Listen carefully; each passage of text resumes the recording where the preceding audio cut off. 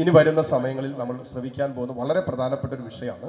അതെന്താന്ന് ചോദിച്ചാൽ, ജീവിതത്തിൽ നിങ്ങൾക്ക് അത്ഭുതങ്ങൾ കാണണമെങ്കിൽ, if you want to see miracles, കാണണോ? പറ, നമുക്കൊരു താല്പര്യമില്ലാതിരിക്കുന്നത്, നിങ്ങളൊന്നും കാണാൻ പോകുന്നില്ല. അത്ഭുതങ്ങൾ കാണണോ? കാണണം. അത്ഭുതങ്ങൾ കാണണം എങ്കിൽ നമ്മുടെ ജീവിതത്തിൽ ഫിക്സ് ചെയ്യേണ്ട വളരെ പ്രധാനപ്പെട്ട ഒരു വിഷയമുണ്ട്. അതാണ് പറയാൻ പോകുന്നത്. അത് ഫിക്സ് ചെയ്താൽ നമ്മുടെ ബുദ്ധിക്ക് അതീതമായ കാര്യങ്ങൾ നമ്മുടെ ജീവിതത്തിൽ സംഭവിക്കാൻ തുടങ്ങും. ബുദ്ധിക്ക് അതീതമായ കാര്യങ്ങൾ എന്ന് പറഞ്ഞാൽ നമ്മുടെ മനുഷ്യ മനസ്സിന് ഗ്രഹിക്കാൻ പറ്റുന്നതും നമ്മുടെ ഇന്നലകളുടെ അനുഭവത്തിൽ നിന്നും നമ്മൾ മനസ്സിലാക്കിയിട്ടുള്ളതിനും ഒക്കെ ഉപരിയായി ദൈവം തന്റെ സ്നേഹത്തിൽ നമ്മുടെ ജീവിതത്തിൽ ചെയ്യുന്ന പ്രവർത്തികൾ അത് അത്ഭുതത്തിന്റെ പ്രവർത്തികളായിട്ട് മാറും. നിങ്ങൾ 1 കൊറിന്തോസ് 2:9 വായിക്കാം. ഞാൻ സാധാരണ അത്ഭുതങ്ങളെ കുറിച്ച് പറയാറില്ല. നിങ്ങൾ എൻ്റെ ഏത് ടോക്ക് വേണമെങ്കിൽ എടുത്ത് നോക്കിയോ, അത് ഞാൻ അത്ഭുതങ്ങളെ കുറിച്ച് പറയാറില്ല. കൂടുതൽ അനുതാപത്തെ കുറിച്ച് മാനസാന്തരത്തെ കുറിച്ചാണ് പറയാറ്. ഇവിടെ വന്നപ്പോൾ അതിൽ അങ്ങനെ ഒരു ചിന്ത എൻ്റെ മനസ്സിലേക്ക് വരുന്നതുകൊണ്ടാണ് ഞാനത് പറയുന്നത്. അപ്പൊ നിങ്ങൾക്ക് കർത്താവ് നിങ്ങളുടെ ലൈഫിൽ, കുടുംബത്തിൽ, ഈ ദേശത്ത് എന്തൊക്കെയോ ദൈവ പ്രവൃത്തി, അത്ഭുതങ്ങളുടെ ഒരു പ്രവൃത്തി കാണാൻ ദൈവം ആഗ്രഹിക്കുന്നത് കൊണ്ടാണ് അത് പറയാൻ കർത്താവ് പ്രേരിപ്പിച്ചുകൊണ്ടിരിക്കുന്നത്. കിട്ടിയോ? 1 കൊരിന്തോസ് 2:9 അത് മാത്രം ഒന്ന് വായിക്കാമോ? എഴുതപ്പെട്ടിരിക്കുന്നത് പോലെ, ആസ് ഇറ്റ് ഈസ് റിട്ടൺ, എഴുതപ്പെട്ടിരിക്കുന്നത് പോലെ ദൈവം തന്നെ സ്നേഹിക്കുന്നവർക്കായി സജ്ജീകരിച്ചിരിക്കുന്നവ കണ്ണുകൾ കാണുകയോ ചെവികൾ കേൾക്കുകയോ മനുഷ്യ മനസ്സ് ഗ്രഹിക്കുകയോ ചെയ്തിട്ടില്ല. വചനം പറയാണ്, ദൈവത്തെ സ്നേഹിക്കുന്നവർക്കായി സജ്ജീകരിച്ചിരിക്കുന്നവ, ഒരുക്കി വെച്ചിരിക്കുന്നവ നമ്മുടെ കണ്ണുകൾ കാണുകയോ കാതുകൾ കേൾക്കുകയോ ഹൃദയം, മനസ്സ് ഇന്നുവരെ അനുഭവിക്കുകയോ ചെയ്യാത്ത കാര്യങ്ങളാണ്. മറ്റു വാക്യം പറഞ്ഞാൽ, മാനുഷികമായി, ഫിസിക്കലി, ശാരീരികമായി, മാനസികമായി നമ്മുടെ ബുദ്ധിയുടെ കഴിവ്, നമ്മുടെ സാമർത്ഥ്യം കൊണ്ടൊക്കെ മനസ്സിലാക്കാൻ പറ്റുന്നതിനും ഉപരിയായ കാര്യങ്ങളാണ് ദൈവം തന്നെ സ്നേഹിക്കുന്നവർക്കായി ഒരുക്കി വെച്ചിരിക്കുന്നത്. അവർക്ക് പറഞ്ഞേ ഹല്ലേലൂയ. അല്ല, നമ്മൾ പറഞ്ഞേ ഹല്ലേലൂയ, ഹല്ലേലൂയ എന്ന് പറഞ്ഞാൽ, നമ്മൾ ഇന്നോളം നമ്മുടെ കണ്ണുകൾ കൊണ്ട് കണ്ടിട്ടുള്ളതും കാതുകൾ കൊണ്ട് കേട്ടിട്ടുള്ളതും മനുഷ്യ മനസ്സ് ഗ്രഹിച്ചിട്ടുള്ളതിനുമായി അപ്പുറമായ കാര്യങ്ങൾ ദൈവം തന്നെ സ്നേഹിക്കുന്നവരുടെ ജീവിതത്തിൽ ചെയ്യും. ഹല്ലേലൂയ. നിങ്ങളൊന്ന് ആലോചിച്ചു നോക്കിയേ, ലോകത്തിന്റെ മുഴുവനും രക്ഷ ആരൊക്കെ രക്ഷയുടെ അനുഭവത്തിലേക്ക് പ്രവേശിക്കാൻ ആഗ്രഹിക്കുന്നുണ്ടോ, ലോകത്തിന്റെ മുഴുവനും രക്ഷ 3 ആണികളിലേക്ക് ചുരുങ്ങി. നമ്മൾ അത്ഭുതം എന്നല്ലാതെ വേറെ എന്നാ വിളിക്കുന്നത്? രക്ഷിക്കപ്പെടാൻ ആഗ്രഹിക്കുന്ന ഒരു ദൈവ പൈതൽ, അവന്റെ രക്ഷ കാൽവരിയിലാണ്, കുരിശിലാണ്. 3 ആണികളിൽ തൂങ്ങിക്കിടന്നവന്റെ മേലാണ് സ്വർഗം നമ്മുടെ രക്ഷ ഒരുക്കിയത്. ലോകത്തിന്റെ ഏത് കോണിലിരുന്ന് ഏത് വിശ്വാസത്തിലുള്ളവനും യേശു ക്രിസ്തുവിലൂടെ നൽകപ്പെട്ട രക്ഷയുടെ അനുഭവത്തിൽ പൂർണ്ണമായും വിശ്വസിക്കാൻ തയ്യാറാകുന്നിടത്ത് ആ കുരിശുമരണത്തിന്റെ മുഴുവനും യോഗ്യത, അത് സൗഖ്യമാകട്ടെ, വിടുതലാകട്ടെ, രക്ഷയാകട്ടെ, വീണ്ടെടുപ്പാകട്ടെ, സകലതും ഒരാത്മാവിലേക്ക് ആ നിമിഷം തന്നെ ഒഴുകപ്പെടും. ഹല്ലേലൂയ. ഇത് ബുദ്ധിക്ക് അപ്പുറം, ബുദ്ധി കൊണ്ട് ചിന്തിച്ചാൽ മനസ്സിലാക്കാൻ പറ്റില്ല, ഗ്രഹിക്കാൻ പറ്റുന്ന പോലുമല്ല. ലോകത്തിന്റെ മുഴുവനും രക്ഷ 3 ആണികളിലേക്ക് ഒതുങ്ങാന്ന് പറഞ്ഞു. Hallelujah, hallelujah, hallelujah. പരിശുദ്ധ അമ്മ പറഞ്ഞു, ഇതാ കർത്താവിന്റെ ദാസി, നിന്റെ വചനം പോലെ നടക്കട്ടെ, സംഭവിക്കട്ടെ എന്ന് പറഞ്ഞപ്പോ ആ വചനം അമ്മയുടെ ഉദരത്തിൽ മാംസമായിട്ട് മാറി. ആലോചിക്കുക, ഈ പറഞ്ഞ വചനം അമ്മ സ്വീകരിച്ചപ്പോൾ അത് മാംസമായിട്ട് മാറി. വചനം മാംസമായി, അല്ലെ? വചനം മാംസമായി നമ്മുടെ ഇടയിൽ വസിച്ചു. കണ്ടോ? ബുദ്ധി കൊണ്ട് മനസ്സിലാക്കാൻ പറ്റുന്നത്, ഒരു പുരുഷന്റെ സ്പർശനം ഇല്ലാതെ സ്ത്രീ ഗർഭിണിയാകാന്ന് പറഞ്ഞാൽ ആർക്കാ മനസ്സിലാക്കാൻ പറ്റുന്നത്? നമ്മൾ ഇന്നുവരെ കണ്ടിട്ടുണ്ടോ, ഇന്നുവരെ കേട്ടിട്ടുണ്ടോ, ഇന്നുവരെ മനസ്സിലാക്കിയിട്ടുണ്ടോ? സയൻസിന് ഇന്നുവരെ പ്രൂവ് ചെയ്യാൻ പറ്റിയിട്ടുള്ള കാര്യമാണ്? അല്ല. ഇപ്പൊ വചനം അമ്മ സ്വീകരിച്ചപ്പോൾ വചനം മാംസമായി. അൽത്താരയിൽ അപ്പത്തിന്റെയും വീഞ്ഞിന്റെയും മീതെ ഒരു വൈദികൻ കരങ്ങൾ വെച്ചിട്ട് യേശു പറഞ്ഞ അതേ വചനങ്ങൾ, ശ്രദ്ധിക്കണേ, യേശു പറഞ്ഞ അതേ വചനങ്ങൾ, പുരോഹിതൻ യേശുവിന്റെ സ്ഥാനത്താണ്, യേശുവാണ് അവിടെ പറയുന്നത്. കർത്താവ് പറയാണ്, ഇതെന്റെ ശരീരമാകുന്നു, ഇതെന്റെ രക്തമാകുന്നു എന്ന് പറയുമ്പോൾ ആ വചനം അവിടെ മാംസം ധരിക്കുകയാണ്. അമ്മയുടെ ഉദരത്തിൽ സംഭവിച്ച അതേ അത്ഭുതം സംഭവിക്കുക. എന്താണ് ഈ ലോകത്തിൽ ഏറ്റവും വലിയ അത്ഭുതം എന്താന്ന് ചോദിച്ചാൽ ഇത് പരിശുദ്ധ കുർബാനയാണ്. ഹല്ലേലൂയ. ഈ അത്ഭുതമാണ് ഓരോ ദിവസവും വിശുദ്ധ കുർബാനയിൽ നമ്മൾ കാണുന്നത്. അതിനേക്കാളും വലിയ അത്ഭുതം ഒന്നും നടക്കാനില്ല. അപ്പത്തിന്റെ നിറത്തിനോ ഭാവത്തിനോ ഒന്നും മാറ്റമില്ലാതെ തന്നെ ദൈവം തന്റെ സാന്നിധ്യം ഈ അപ്പത്തിൽ ഉൾക്കൊള്ളിക്കുന്നു എന്നതല്ലേ ഏറ്റവും വലിയ അത്ഭുതം. ആലോചിച്ചോക്കെ അല്ലെ? വിശുദ്ധ കുർബാന ആശീർവദിച്ചു കഴിയുമ്പോൾ കർത്താവിന്റെ തിരുശരീര രക്തങ്ങളായി മാറിക്കഴിയുമ്പോഴും അതിന്റെ ആകാരത്തിനോ രൂപത്തിനോ കളറിനോ നിറത്തിനോ ഒന്നും ഒരു മാറ്റമില്ല. പക്ഷെ ചിലയിടങ്ങളിലൊക്കെ ദൈവം ഈ അപ്പത്തിൽ സന്നിഹിതനാണ് എന്ന് വെളിപ്പെടുത്താൻ തക്കവിധത്തിൽ വിശുദ്ധ കുർബാനയുടെ അനേകം അത്ഭുതങ്ങള്, അത് തിരുശരീര രക്തങ്ങളായി മാറുന്ന അത്ഭുതങ്ങൾ പലയിടത്തും നമുക്ക് കാണാം. വിദേശ യാത്രകൾക്കൊക്കെ നമ്മളിങ്ങനെ പോകുമ്പോൾ പലയിടങ്ങളിൽ ഇങ്ങനെ വിശുദ്ധ കുർബാനയുടെ അത്ഭുതങ്ങൾ വെച്ചിട്ടുണ്ട്. അതല്ല എങ്കിൽ നമ്മൾ നോക്കിയേ, നമ്മൾ സ്വീകരിക്കുന്ന കർത്താവിന്റെ ശരീരവും രക്തവും ഒരു ഗോതമ്പ് അപ്പമായിട്ട് തന്നെയാണ്. പക്ഷേ ഈ ഗോതമ്പ് അപ്പം യേശുവിന്റെ ശരീരവും രക്തവുമാണ് എന്നുള്ളതാണ് ഏറ്റവും വലിയ അത്ഭുതം. ഹല്ലേലൂയ. എന്ന് പറഞ്ഞാൽ എല്ലാ ദിവസവും അത്ഭുതങ്ങൾ കാണുന്നവരാണ് നമ്മൾ ക്രിസ്ത്യാനികള്. കത്തോലിക്കരായ നമ്മൾ എല്ലാ ദിവസവും അത്ഭുതങ്ങൾ കാണുന്നവരാണ്. വിശുദ്ധ കുർബാനയിൽ, പരിശുദ്ധ കുർബാനയിൽ എല്ലാ ദിവസവും ഇതിനേക്കാൾ വലിയ അത്ഭുതം ലോകത്തെങ്ങും കാണാൻ പറ്റില്ല. മോശയ്ക്ക് കർത്താവ് എവിടെ പ്രത്യക്ഷപ്പെട്ടെ? മോശയ്ക്ക് എവിടെ പ്രത്യക്ഷപ്പെട്ടെ? പുറപ്പാടിന്റെ പുസ്തകം 3-ാം അധ്യായം നമ്മൾ ഈ സീനായി അവിടെയൊക്കെ ചെന്ന് കഴിയുമ്പോൾ അവിടെ ഇങ്ങനെ മോശയ്ക്ക് പ്രത്യക്ഷപ്പെട്ട മുൾപ്പടർ എന്ന് പറഞ്ഞുകൊണ്ട് ഒരു സ്ഥലം കറക്റ്റാണ്. പാറയിടക്കിൽ കുറച്ച് സ്ഥലത്ത് ഇച്ചിരി പച്ചപ്പ് ഇങ്ങനെ ഉണ്ട്. അവിടെ തന്നെ ആണോ ഇല്ലയോ എന്നുള്ളത് നമുക്ക് കൃത്യമായിട്ട് അറിയില്ല. എന്നാലും മല ഇടയിലാണ് കർത്താവ് പ്രത്യക്ഷപ്പെടുന്നത്. കർത്താവ് പ്രത്യക്ഷപ്പെടുമ്പോ മോശ കണ്ടൊരു അത്ഭുതമല്ല. മോശ കണ്ട അത്ഭുതം എന്താ? തീ കത്തിക്കൊണ്ടിരിക്കുക അല്ലേ? സാധാരണ എന്തിനെങ്കിലും തീ കത്തിയാൽ എന്ത് സംഭവിക്കും?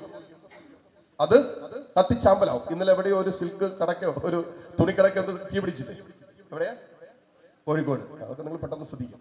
തുണിക്കടയൊക്കെ ആയതുകൊണ്ട് സ്ത്രീകൾക്ക് ഇമ്പോർട്ടന്റ് ആയിട്ടുള്ള വിഷയം ആയതുകൊണ്ട് അതൊക്കെ പെട്ടെന്ന് ശ്രദ്ധിക്കുക. അപ്പൊ മുഴുവൻ കത്തിപ്പോയി. അപ്പൊ തീയുടെ സ്വഭാവം അനുസരിച്ച് അത് കത്തിച്ച് ചാമ്പലാക്കി കളയും. ഇവിടെ തീ കത്തി നിൽക്കുമ്പോൾ ഈ മുൾപ്പടർപ്പ് അതുപോലെ തന്നെ നിൽക്കുക, ഒരു മാറ്റമില്ല നിൽക്കുക. മുൾപ്പടർപ്പിനൊരു മാറ്റമില്ല. അത് കത്തി എരിയുന്നില്ല, അതിന്റെ ഷേപ്പിന് മാറുന്നില്ല, അതിന്റെ രൂപം മാറുന്നില്ല, അതിന്റെ ആകൃതിക്ക് മാറ്റമില്ലാതെ തന്നെ ദൈവം അഗ്നിയിൽ തന്റെ സാന്നിധ്യം ഉൾപ്പടർപ്പിൽ മോശയ്ക്ക് വെളിപ്പെടുത്തിയതുപോലെ തന്നെയാണ് അൽത്താരയിൽ അപ്പത്തിൽ മാറ്റമില്ലാതെ തന്നെ, അതിന്റെ രൂപത്തിനോ ഭാവത്തിനോ മാറ്റമില്ലാതെ തന്നെ ദൈവം തന്റെ സാന്നിധ്യം പരിശുദ്ധ കുർബാനയിൽ നമുക്കായി ഒരുക്കുന്നതാണ് ലോകത്തിലെ ഏറ്റവും വലിയ അത്ഭുതം. Hallelujah, hallelujah. ഇത് ഗ്രഹിക്കാൻ പറ്റണമെങ്കിൽ കർത്താവിന്റെ കൂടെ നടന്നവർക്ക് പോലും ഇത് ഗ്രഹിക്കാൻ പറ്റിയില്ല. യോഹന്നാൻ സുവിശേഷം 6-ാം അധ്യായത്തിൽ ഈശോ വിശുദ്ധ കുർബാനയെ കുറിച്ച് പറഞ്ഞപ്പോ കൂടെ നടന്നവർക്ക് അത് ഗ്രഹിക്കാൻ പറ്റും. അവർ ഇവന്റെ ശരീരം ഭക്ഷണമായിട്ട് തരാൻ ഇവരെങ്ങനെ പറ്റും? ഞങ്ങൾക്ക് ഇതൊന്നും പറ്റിയാലെന്ന് പറഞ്ഞ് കൈകൂട്ടി കുറെ പേര് ഇറങ്ങിപ്പോയി. കർത്താവ് പരിശുദ്ധ കുർബാനയെ കുറിച്ച് പറഞ്ഞപ്പോ കർത്താവ് പറഞ്ഞപ്പോ പോലും കൂടെ ഉണ്ടായിരുന്നവർക്ക് ഗ്രഹിക്കാനോ വിശ്വസിക്കാനോ പറ്റാതെ പോയവരുണ്ട്. അതുകൊണ്ട് ഇത് കാഴ്ചയാലല്ല, ബുദ്ധിയാലല്ല, നമ്മുടെ ബാഹ്യമായ കഴിവ് കൊണ്ട് മനസ്സിലാക്കുന്നതല്ല. ഇത് സ്വർഗത്തിന്റെ രഹസ്യമായതുകൊണ്ട് ഇത് വിശ്വാസത്തിൽ അംഗീകരിക്കേണ്ട വിഷയമാണ്. ഹല്ലേലൂയ. പറഞ്ഞേ ഹല്ലേലൂയ, ഹല്ലേലൂയ, ഹല്ലേലൂയ. അതുകൊണ്ടാണ് പത്രോസിനോട് കർത്താവ് പറയുന്ന ഒരു കാര്യമുണ്ട്. പത്രോസിനോട് ചോദിക്കും, ഞാൻ ആരെന്നാണ് എല്ലാവരും പറയുന്നത്? ഇപ്പൊ പല കാര്യങ്ങളൊക്കെ പറയും, സ്നാപക യോഹന്നാൻ എന്ന് പറയുന്നു, പ്രവാചകൻ എന്നൊക്കെ പറയുന്നു. അവസാനം കർത്താവ് ചോദിക്കും, ഈശോ ചോദിക്കും, ഞാൻ ആരെന്നാ നിങ്ങള് പറയുന്നത്? അപ്പൊ പത്രോസ് എന്താ പറഞ്ഞേ? നീ ജീവനുള്ള ദൈവത്തിന്റെ പുത്രനായ ക്രിസ്തുവ. ഒത്തിരി പേര് ഇവിടെ ഉണ്ടായിരുന്നു. പക്ഷെ പത്രോസ് കൃത്യമായിട്ട് പറയാണ്, നീ ജീവിക്കുന്ന ദൈവത്തിന്റെ പുത്രനായ മിശിഹായാണ്. നോക്കണേ, ഇത് പറഞ്ഞു കഴിഞ്ഞപ്പോ ഈശോ പറഞ്ഞല്ല, മാംസരക്തങ്ങളല്ല പത്രോസെ, മാംസരക്തങ്ങളല്ല, മനുഷ്യനല്ല നിനക്കിത് വെളിപ്പെടുത്തി തന്ന, മറിച്ച് സ്വർഗസ്ഥനായ പിതാവാണ്. കണ്ടോ, സ്വർഗസ്ഥനായ പിതാവാണ് യേശു ദൈവമാണെന്നുള്ള ഈ സത്യം പത്രോസിന് വെളിപ്പെടുത്തി കൊടുത്തത്. പത്രോസ് വിളിച്ചു പറഞ്ഞു, നീ ജീവിക്കുന്ന ദൈവത്തിന്റെ പുത്രനാണ്. ഇത് വെളിപാടായിട്ടാണ് പത്രോസിന് കിട്ടുന്നത്. അപ്പോ ചങ്കിലേക്ക് ഒരു സാധനം വെളിപാടായിട്ട് കിട്ടിക്കഴിഞ്ഞാൽ പിന്നെ അത് ഒരിക്കലും മാഞ്ഞു പോകില്ല.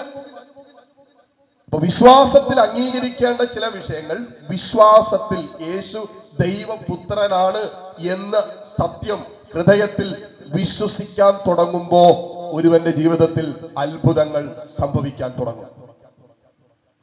Hallelujah, hallelujah. വേറെ ഒരു വിഷയങ്ങളുമില്ല, വേറെ ഒന്നുമില്ല. പൗലോസിലെ കൊരിന്ത്യർ സഭയോട് പറയുന്നവരെ, നിങ്ങളുടെ ഇടയിലായിരുന്നപ്പോൾ മറ്റൊന്നിനെ കുറിച്ചും പ്രസംഗിക്കേണ്ടെന്ന് ഞാൻ തീരുമാനിച്ചു. ആകെ പ്രസംഗിക്കാൻ തീരുമാനിച്ചത് ക്രിസ്തുവിനെ കുറിച്ച്, അത് ക്രൂശിക്കപ്പെട്ടവനെ കുറിച്ച് എന്ന് പറഞ്ഞ പോലെ ഒരുവന്റെ ജീവിതത്തിൽ അത്ഭുതം നടക്കണോ, അവന്റെ ഹൃദയം കൊണ്ട് യേശു ജീവിക്കുന്നവനാണെന്നും അവൻ എനിക്ക് വേണ്ടി കാൽവരിയിൽ എന്റെ പാപങ്ങൾക്ക് പരിഹാരം ചെയ്തു മൂന്നാണികളിൽ തൂക്കപ്പെട്ടുവെന്നും അവന്റെ രക്തം എനിക്ക് രക്ഷയായി വീണ്ടെടുപ്പായി മാറിയെന്നും അവൻ അടക്കം ചെയ്തു മൂന്നാം ദിവസം ഉത്ഥാനം ചെയ്തുവെന്നും അവൻ പിതാവിന്റെ വലതുഭാഗത്ത് എഴുന്നള്ളിയിരിക്കുന്നുവെന്നും പൂർണ്ണമായിട്ടും വിശ്വസിക്കുന്ന ഒരാത്മാവിലേക്കാണ് സൗഖ്യം ആരംഭിക്കുന്നത്. അവിടെയാണ് സൗഖ്യത്തിന്റെ സ്റ്റാർട്ടിംഗ് പോയിന്റ് കിടക്കുന്നത്. ഹല്ലേലൂയ. അല്ലാതെ നമ്മൾ ഇവിടെ കടന്ന്, നിങ്ങൾ എത്ര ഉച്ചത്തിൽ ഇവിടെ കടന്ന് സ്തുതിച്ചെന്ന് പറഞ്ഞാലും, നിങ്ങൾ തലകുത്തി എന്ന് പറഞ്ഞാലും, ഇവിടെ നിന്ന് അവിടത്തെ ആ മല കയറി ഈ മല കയറി അവിടെ എണ്ണ ഒഴിച്ച് ഇവിടെ തിരികെത്തിച്ചെന്ന് പറഞ്ഞാലൊന്നും ദൈവപ്രവൃത്തി വെളിപ്പെടില്ല. ഹല്ലേലൂയ. കർത്താവിലുള്ള ഒരുവന്റെ വിശ്വാസത്തിന് ഓരോ കർത്താവ് പറയില്ല, ഈ മല ഇവിടെ നിന്ന് മാറ്റാൻ പറ്റുമെന്ന് പറഞ്ഞു. നിന്റെ ക്യാൻസർ അല്ല, നിന്റെ ട്യൂമർ അല്ല, നീ കടന്നു പോകുന്ന ശരീരത്തിന്റെ രോഗം മാത്രമല്ല, നീ നേരിടുന്ന ഭൗതിക തടസ്സങ്ങള്, സാമ്പത്തിക ക്ലേശങ്ങള്, കുടുംബത്തിലുള്ള പ്രതിസന്ധികള്, ദാമ്പത്യ ജീവിതത്തിൽ ഇഷ്യൂസുകളൊക്കെ ജീവിക്കുന്ന ദൈവത്തിന് ഇടപെടാൻ നീ അനുവാദം കൊടുത്താൽ, കർത്താവിൽ വിശ്വസിക്കാൻ തയ്യാറായാൽ ദൈവം പ്രവർത്തിക്കാൻ തുടങ്ങും. ഏറ്റവും വലിയ ഉദാഹരണമാണ് ഇന്ന് കാരിസ്മോനിൽ ധ്യാനം കൂടിക്കൊണ്ടിരുന്നതിൽ ഒരു 4 കുടുംബങ്ങൾ ഡൈവോഴ്സിന് വേണ്ടി തന്നെ വന്നവരാണ്. ഓൾമോസ്റ്റ് ഡൈവോഴ്സിനാണ് അവര്. ഒരു വീട്ടുകാരുടെ നിർബന്ധം കൊണ്ട് ധ്യാനത്തിന് വന്നതുള്ളൂ. ഡൈവോഴ്സിന് അപേക്ഷിച്ചിട്ടുള്ളവര്, ഡൈവോഴ്സിന് മാറി താമസിക്കുന്നവര്. ധ്യാനത്തിന്റെ അവസാനം ഇന്ന് രാവിലെ കാണാൻ വന്നൊരു കുടുംബം, അവർ പറഞ്ഞാൽ എന്താ അറിയാ, ഞങ്ങള് പ്രാക്ടിക്കലി ഡൈവോഴ്സിലാണ്, ഞങ്ങൾ 2 കുടുംബങ്ങളിൽ താമസിക്കാൻ തുടങ്ങിയിട്ട് തന്നെ 5-6 മാസമായി. പക്ഷെ 3-4 ദിവസം വചനം കേട്ടപ്പോ എന്റെ കുറവെന്താന്ന് മനസ്സിലായി. ഭർത്താവ് പറഞ്ഞു, അച്ഛാ എന്റെ കുറവ് എനിക്ക് മനസ്സിലായി കഴിഞ്ഞപ്പോൾ അവർ തീരുമാനിച്ചെന്നറിയാമോ, ഞങ്ങളുടെ ഏറ്റവും വലിയ കുറവെന്തായിരുന്നു വെച്ചാൽ ഞങ്ങൾക്ക് പ്രാർത്ഥനയില്ലായിരുന്നു, ദൈവത്തോട് ബന്ധമില്ലായിരുന്നു. എല്ലാം ഉണ്ട്, പക്ഷെ കാശ് ഇഷ്ടം പടി കാശുണ്ട്, കാശിനൊന്നും ഒരു കുറവില്ല. ഇഷ്ടം പടി കാശുണ്ട്, സൗകര്യങ്ങളുണ്ട്, 2 പേർക്കും നല്ല സൗകര്യം. അതുകൊണ്ടാണല്ലോ വീട്ടിൽ പോയി നിൽക്കുക അവള്, ഒരു കുഴപ്പമില്ല. ആ മുറിഞ്ഞ് ഇവിടെ നിന്ന് എത്ര ആൾ വേണമെങ്കിൽ നിന്നോളാണ് പറഞ്ഞത്. അവർക്ക് ആവശ്യത്തിന് കാശ്, സമ്പത്ത്, സൗകര്യങ്ങളൊക്കെ ഉണ്ട്, ഇതെല്ലാം ഉണ്ടായിരുന്നു. ഇത് പറഞ്ഞ വെച്ചാ ഞങ്ങൾക്ക് ഒരുമിച്ചുള്ള പ്രാർത്ഥന ഇല്ലായിരുന്നു. ഇപ്പൊ ഞങ്ങൾക്ക് മനസ്സിലാക്കുന്നുണ്ട്, ഞങ്ങൾ തമ്മിലുണ്ടായ പ്രശ്നങ്ങൾക്കപ്പുറമായിട്ട് ഞങ്ങളെ എങ്ങനെയെങ്കിലും തകർക്കാൻ തക്ക വിധത്തിലുള്ള അസ്വസ്ഥതകള് ഞങ്ങൾക്ക് പരിഹരിക്കാൻ പറ്റാതെ ഈ അവസ്ഥയിലേക്ക് എത്തിയതിന് കാരണം ഞങ്ങൾക്ക് ദൈവത്തോട് ഒരു ബന്ധമില്ലായിരുന്നു. പല രീതിയിലും ആൾക്കാർ ശ്രമിച്ചു പരിഹരിക്കാൻ, പലരും മാധ്യസ്ഥൊക്കെ നിന്നതാ, പല ചർച്ചകളൊക്കെ കഴിഞ്ഞ ഇന്നവരെ സന്തോഷത്തോടെ പരസ്പരം അങ്ങോട്ടും ഇങ്ങോട്ടും കെട്ടിപ്പിടിച്ച് മാപ്പ് പറഞ്ഞ് 2 വണ്ടിക്ക് വന്നവർ ഇന്ന് 1 വണ്ടിക്കാണ് തിരിച്ചു പോയേക്കുന്നത്, കൈക്കുഞ്ഞുങ്ങളുമായിട്ട്. അവർക്ക് പറഞ്ഞ ഹല്ലേലൂയ, ഹല്ലേലൂയ. കർത്താവിന്റെ സാന്നിധ്യം, അവന്റെ വചനം, അവന്റെ സാന്നിധ്യം, അവന്റെ വാക്കുകൾ അവർ വിശ്വസിച്ചു, അത്രേ ഉള്ളൂ. അവന്റെ വാക്കുകൾ വിശ്വസിച്ചു, അവിടെ അത്ഭുതം നടന്നു. അതുപോലെ പറഞ്ഞ ഹല്ലേലൂയ, ഹല്ലേലൂയ. ഇപ്പോ ഒരു മാനുഷികമായ ബുദ്ധിക്ക് അപ്പുറമായ ഒരു പ്രവൃത്തി കാണാൻ we need to fix our faith in Christ. യേശു ക്രിസ്തുവിലുള്ള നമ്മുടെ വിശ്വാസം ഉറപ്പിക്കേണ്ടതുണ്ട്.